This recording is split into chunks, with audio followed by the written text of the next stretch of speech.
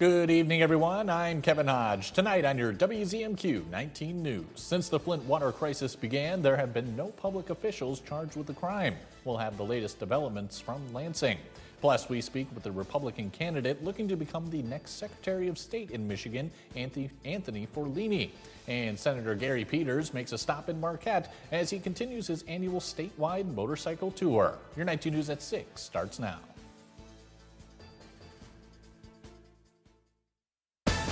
Live from the UP, this is WZMQ 19 News at 6.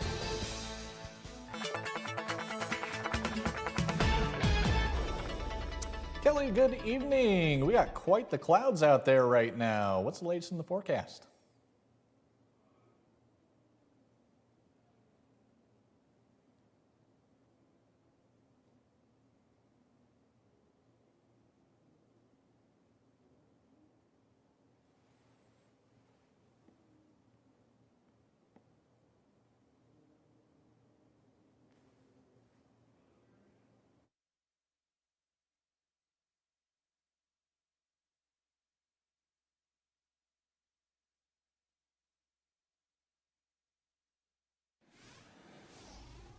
Well, Kelly, that probably would have been a great forecast if we could hear you. Let's see if we can figure out those audio issues, and we'll see you in just a little bit. Starting off tonight, the last known lead service line in Flint was replaced this summer, but 12 years after the Flint water crisis began, no public official has been convicted of a crime in connection. Our Michigan Capitol correspondent, Sophia Murphy, has more on what exactly broke down during the legal proceedings. Michigan's Attorney General Dana Nessel says her office's hope of seeking justice for the people of Flint had to be thrown out because of one decision 4 years ago. No jury of their peers will be seated to ultimately pass judgment on the actions that led to the deaths of many and the poisoning of thousands. There were two cases to make. One settled in civil court, the other to address criminal charges, but it never made it to trial. A single ruling by the Michigan Supreme Court, one that upended a century of legal precedent involving one-person grand jurors, would ultimately put to an end our pathway into a court of law on these criminal allegations. Nessel says her team was devastated, but ultimately made the decision not to start over. If we had 100 attorneys working 9 to 5, it would cost just over $37 million and would have taken a little over 2 years to do. In an AG report released on Tuesday, they explained the details and ran the numbers. On top of costing the state $37 million, they estimated it could be 2048 before a verdict was reached. I absolutely regret the outcome these many years later, and I wish more than anything in the world that I could provide for the residents of Flint the justice that was due to them. With the current state administration preparing to leave office at the end of the year, the evidence from the abandoned criminal cases remains sealed, with no trial on the horizon. From Michigan's capital, Sophia Murphy, WZMQ 19 News. In the race for Secretary of State, current Lieutenant Governor Garland Gilchrist is representing the Democrats, facing off against Republican candidate Anthony Forlini. Forlini currently serves as the Macomb County Clerk and is a former state representative. He says his experience in those positions makes him the right person for the job. As for voter ID, he says it should be absolutely necessary. To do something as sacred as voting in the state of Michigan, you should produce an ID, period. And the fact that it's optional and there's not really a good process in place, if you say, well, I don't have my ID, there's not a good system in place which ensures that that vote doesn't count if you don't produce it later. We'll hear more from Forlini tonight at 11:10 Central. On his 10th and final statewide motorcycle tour, U.S. Senator Gary Peters visited Marquette this morning. The outgoing senator toured construction of the Michigan Veteran Homes DJ Jacobetti facility. This 38-acre space will feature private housing and multiple community spaces for 108 veterans. After leading a bipartisan group of lawmakers to urge for more funding to the project, Peters was able to ultimately secure $57.6 million to begin its construction. As I don't run for re-election, to see this home now opening up shortly thereafter for veterans is very gratifying, and certainly I appreciate all the support from the folks in the Marquette community. Peters will continue his ride down to Traverse City and Grand Rapids before wrapping up in Lansing. Now, when we come back, we're live in downtown Marquette for the final Wednesday night farmers market of the season. And students are returning to class in Delta County. We'll hear what's new in Gladstone and Rapid River when we come back.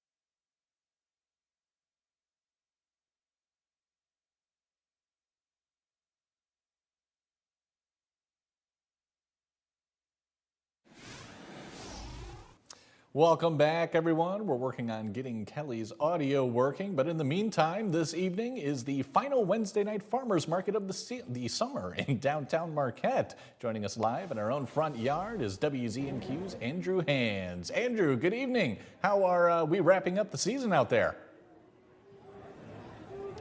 Yeah, Kevin, well, like you mentioned, this is the last market of the season.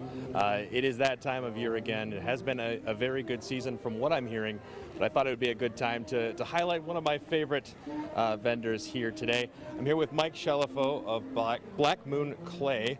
I understand this is your second year of doing the Wednesday markets. Yeah. Talk about, your experience this year and what that's been like. Yeah, it's our second year, so we're full-time vendors this year, both Wednesdays and Saturdays.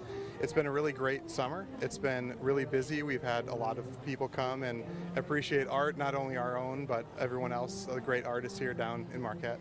Yeah, talk a little bit about what you're selling here, what's popular.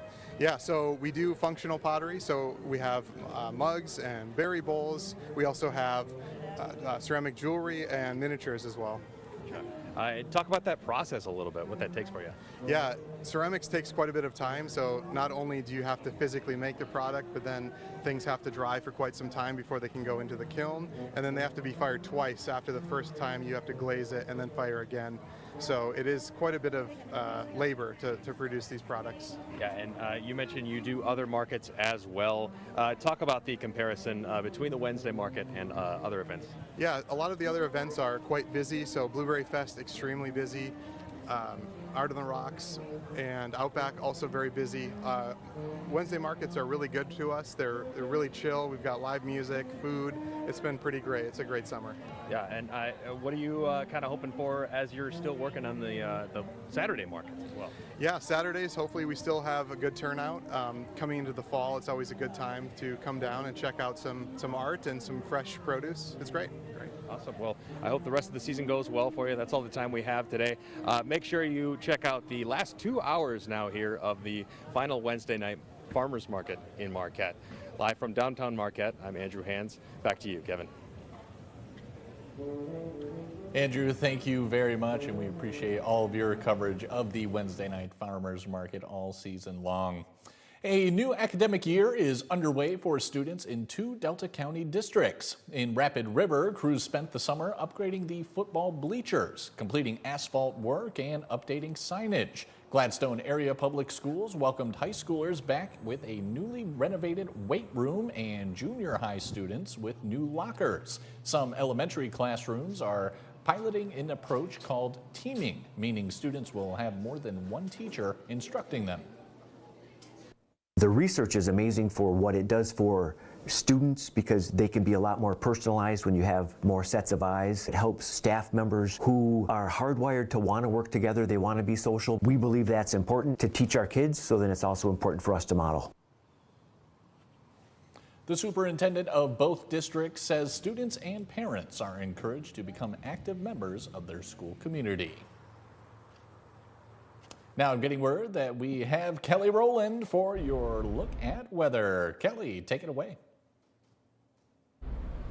All right, we're looking at a pretty decent night for tonight. You can see some of those showers and thunderstorms moving through, but it's very widely scattered, so things should be mostly dry for tonight. Temperatures right now 68 for us here in Marquette and 70 down to Menominee, 65 for Munising. This is basically comfortable. Yes, it's a bit on the cooler side, but we are starting to wind down summer, getting closer to fall, so that's also kind of expected. And with that northern influence, that breeze from the northwest, yes, it's going to be a touch cooler. So 13-mile-per-hour winds for us here in Marquette. Looking into tonight, not looking at any rain, of course, perfect for the farmers market. So temperatures will be into the lower 60s overnight, and we'll start off tomorrow morning doing the same with a mix of sun and clouds. So the high temperature today rounded off at 71. That average is 73.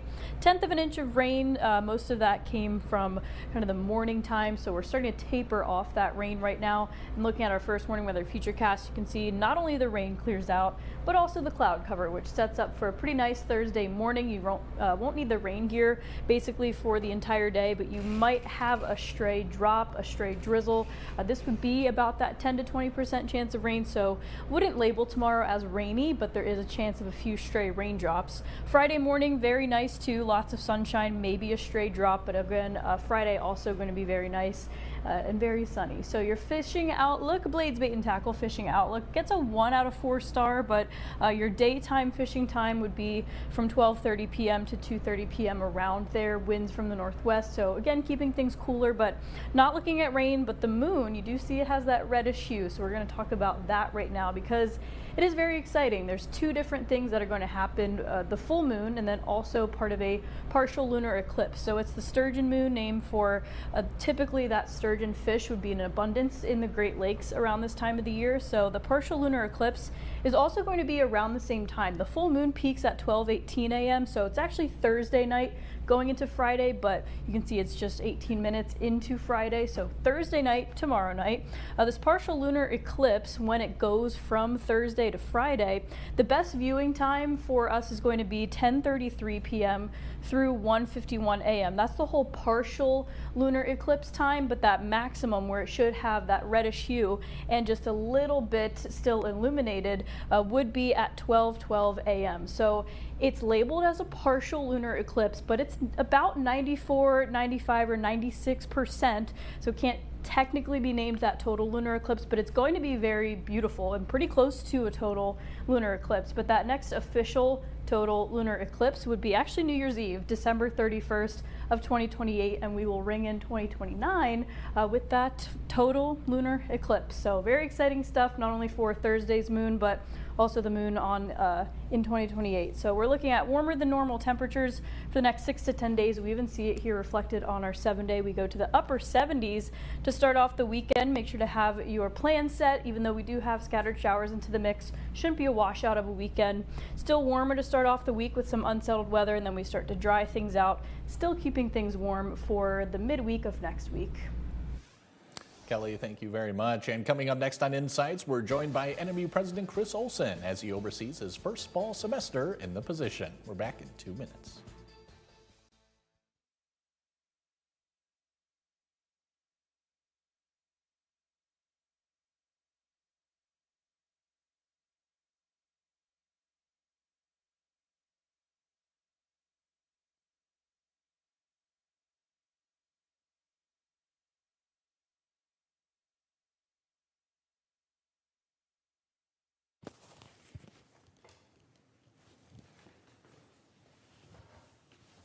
Good enough?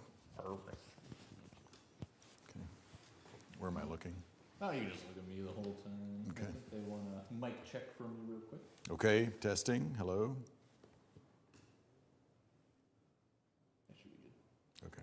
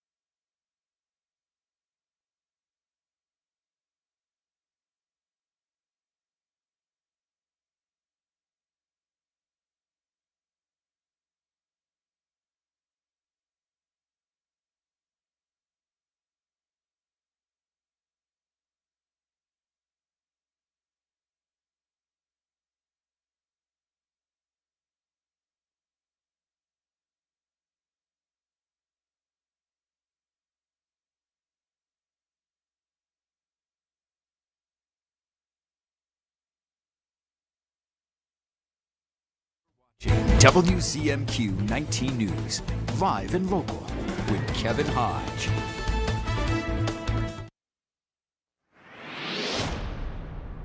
Welcome back, everyone. NMU is buzzing with activity during the first week of the fall semester. Joining us on today's Insights is Northern Michigan University President Chris Olson. Chris, thank you so much for being here. You bet. Thanks for having me. Absolutely. So this is your first fall semester. How has it been going so far? Oh, great. Wow.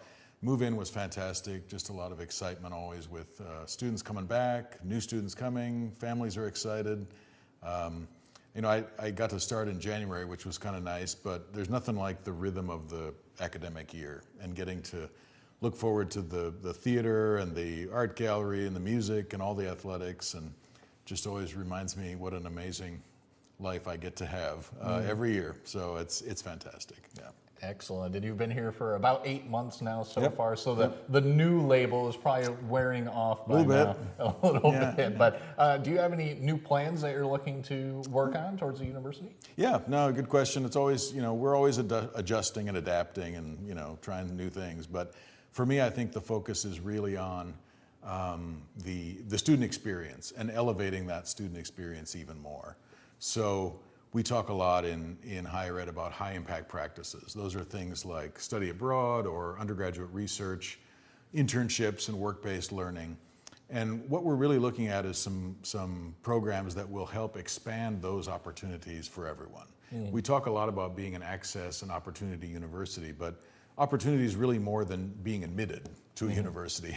It's getting the chance to do those kind of life and career changing things we know are so important and have such a huge impact after graduation and as you start your career. So really looking to expand those and elevate what students already get to do at Northern. Yeah. Sure, and yesterday we reported the Education Access Network sale. What can you tell us about that decision? Yeah, I mean, it's a tough decision because it's been a great service that Northern has done now for almost a couple decades, but it's really about timing and the changing nature of the broadband, high-speed internet, environment. So when Northern started this, it really was because nobody else was willing to do it up here for rural communities and so forth. And so Northern stepped in and created this. But, times change, and now there are a lot of private providers that are willing to do that and eager to expand. And really the bottom line is that we just don't have access to the funding and the support that they do. So there are a lot of federal government subsidies available, and then there's a lot of private equity available. And Northern doesn't have an option for either of those. So expanding to 5G, expanding into new markets, that's just not something realistically we could do anymore. And so, this is a good deal for Northern at a good moment, but we think it's also a really good deal for the customers because they're going to get better service and they're going to get expanded service. So we're excited about that, and I think people won't see a change for a long time because we're actually going to be running it for the next 12 months at least. Yeah. Gotcha. Yeah. All right. I think that's all the time we have. Okay. Thank you so much for coming in. It was good to see you. Good to be here. Thank you. Absolutely. And when we come back, Creature Feature. Stay tuned.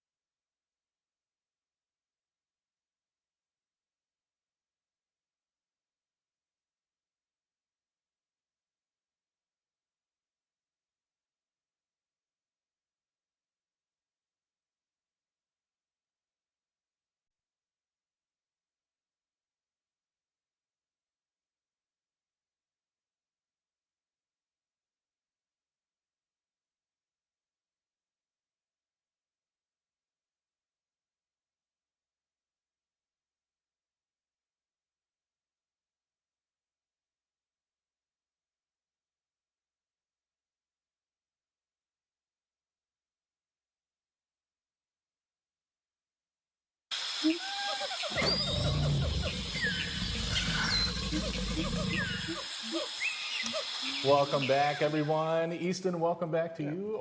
Always happy to have you on. A little bit of a different creature feature today.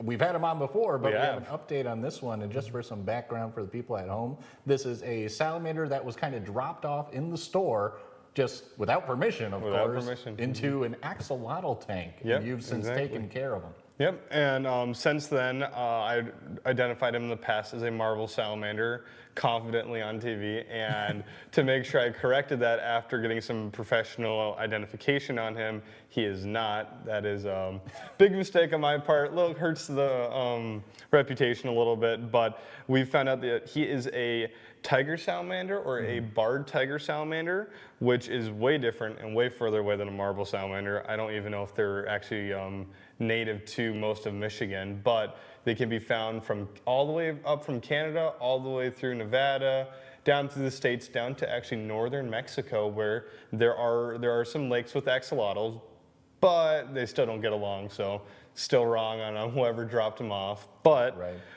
since we've been taking care of him properly, and we've gotten his tank to be the proper water levels he needs with ammonia, and he's getting the right vitamins, and I've actually thrown UVB light on him, he's finally gotten some of his belly color to come back, and that's how we identified him. So if I can flip him up without him being too mad at me, there's those yellow spots. He's actually supposed to be like a goldish yellow with black dots throughout his whole body, but with improper water and lighting, it actually can cause the skin to be different in that darker color, which when I first got him, he was just pure black. The spots were barely coming through. But I thought it'd be really cool to bring him on again because the tiger salamander, in my opinion, is way more interesting than the marble salamander. No offense to them. Since they go through that whole range of Canada through the States, down through Texas to Mexico, there's a big problem. Salamanders mixed with dry, hot heat in Texas to Mexico area. So did a little bit of research into this, and turns out that they will burrow underground. And they will basically go through like a hibernation for keeping moisture and humidity in their body. They'll stay in these wet patches of dirt underground, and they'll basically soak that in, kind of like trying to keep your heat in the winter, trying to keep your moisture and cool in the heat. He's lifting up his head. He's proud that we're finally getting it right. But so when I did originally get him, he did have some issues, but now that we got those all fixed and identified, we're lucky to hear that he is not a native species that was taken out from the wild necessarily, maybe lower Michigan area, but they are a big pet in the pet trade, so he is properly in the pet trade, not an illegal species at all, so nothing was really committed besides the prank that was given. With him in his native habitat, they can actually live up to 10 to 15 years. In captivity, it's around 25 years because of that boost. So hopefully we can get him to that point, which I'd love to see him live almost 30 years of life or even longer if that's possible. What's it like for you, Easton, I know you do this often, but what's it like for you to take this creature in and kind of seeing him thrive now? It honestly feels really nice because it's kind of like a recovery story, or like, especially like I was an athlete and seeing like something injured or someone injured recover feels really good. Seeing this animal thrive again is a really amazing feeling because he's being healthy, his color's coming back, and gets the chance to live a full life. We've had Jane on before, my scoliosis leopard gecko, and I've actually had a couple more rescues since then that I've been just trying to rehabilitate, and it's kind of a life goal of mine just to make sure that they get to live their longest life possible. That is fantastic, and Easton, you're doing a fantastic job. Thank you for bringing him in and giving us the update. That is great. And we'll be right back with your final look at weather after this.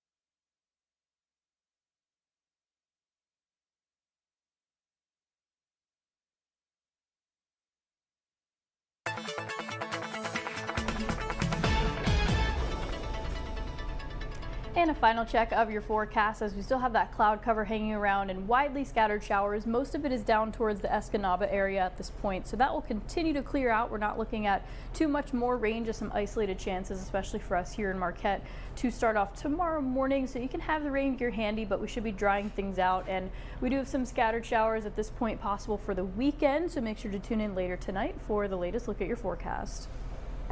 Kelly, thank you again. And finally tonight, the Delta Conservation District is celebrating 75 years, of community service. For the district's annual meeting, staff hosted a celebration at Saunders Point Brewing in Gladstone. Attendees met with representatives from the district's partner organizations, voted for the newest Conservation District board members, and learned about the important work the district has done throughout the county in the past year. Saunders Point Brewing teamed up with the Lavender Company to brew a special honey lavender wheat beer exclusively for the celebration. That's all we have time for right now, everyone. We'll catch you back here tonight at 11:10 Central. Have a good night.